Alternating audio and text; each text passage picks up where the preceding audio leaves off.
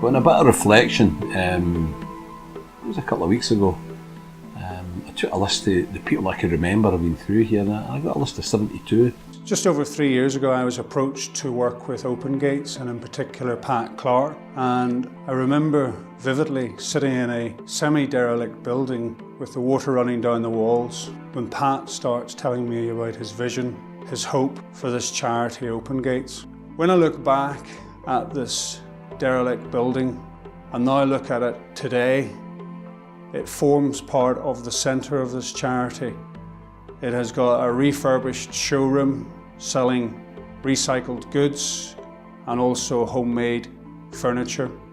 And soon coming is the cafe, which is going to be named Walter's Cafe, which is in reflection and in memory of one of the stakeholders who sadly has passed away.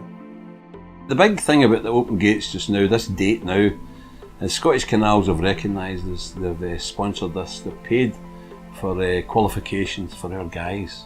10 of our men were in here today, and they're going to get qualifications for scaffolding. Really, real qualifications, not just standard ones. These are ones that would help these boys if they ever get a job in the building industry. It will stand in good stead.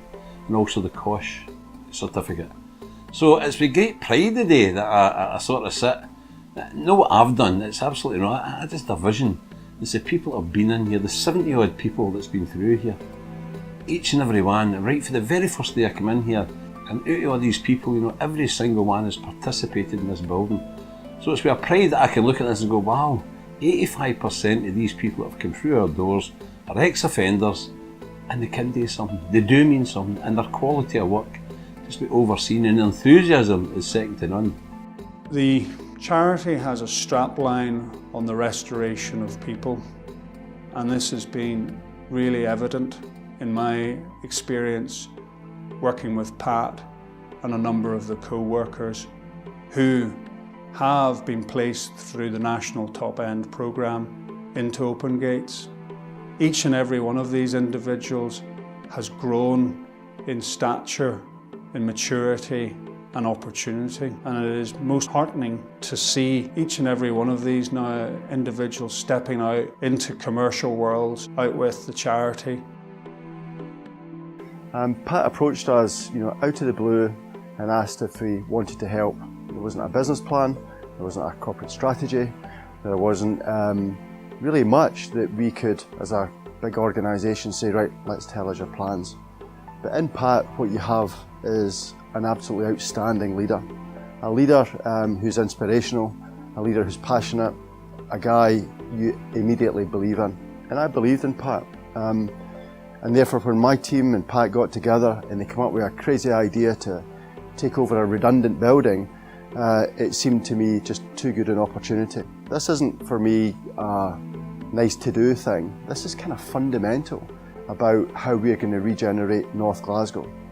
The story of reoffending is one that is, I think, badly understood. But when you look at that negative cycle of people seeing their prospects in their future somehow related to crime or dysfunction, it just seems to me that what Pat is doing is breaking that cycle, giving a chance for people to come out of prison, to have a chance to have a real purpose. And not only to have a real purpose for themselves, to make a contribution back into North Glasgow, in particular, to talk to the young people and stop them thinking that getting into prison is somehow a glamorous opportunity.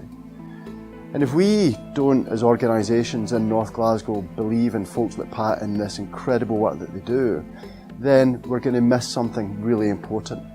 We can build all the buildings we want, we can make the canal corridor as attractive as we want, but if we don't help change the prospects of the place, the confidence in the place, how people believe in their place and in themselves, then ultimately what we do won't be sustainable. So Pat and Open Gates is absolutely fundamental to the fabric and the support systems and the success of North Glasgow, as much as anything that we do as a big public corporation.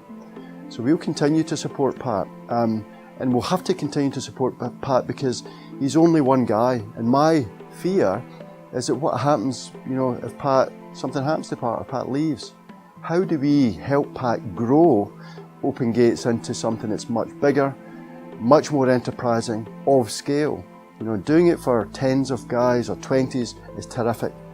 We need to jointly support Pat to grow this business, to grow this enterprise, to be all that it can be.